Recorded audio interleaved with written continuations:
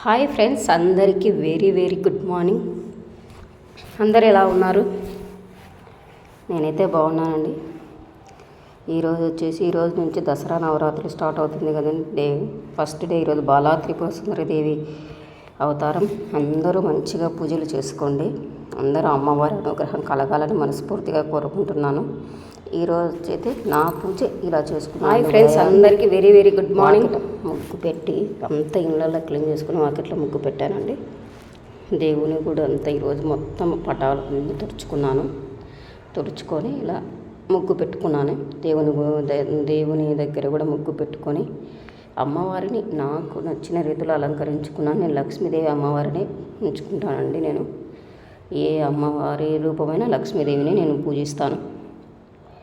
ఇలా అమ్మవారిని ఉంచుకొని కామాక్షి దీపాన్ని నేను వెలిగించాను ఫస్ట్. తర్వాత నిత్య దీపాలు వెలిగించాను.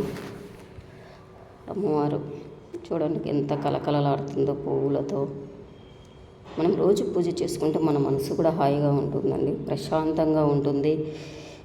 ఎటువంటి ఆలోచనలు లేకుండా మనం దేవుని వైపు వెళ్ళడం వల్ల మన మనసు కూడా ప్రశాంతంగా ఉంటుంది.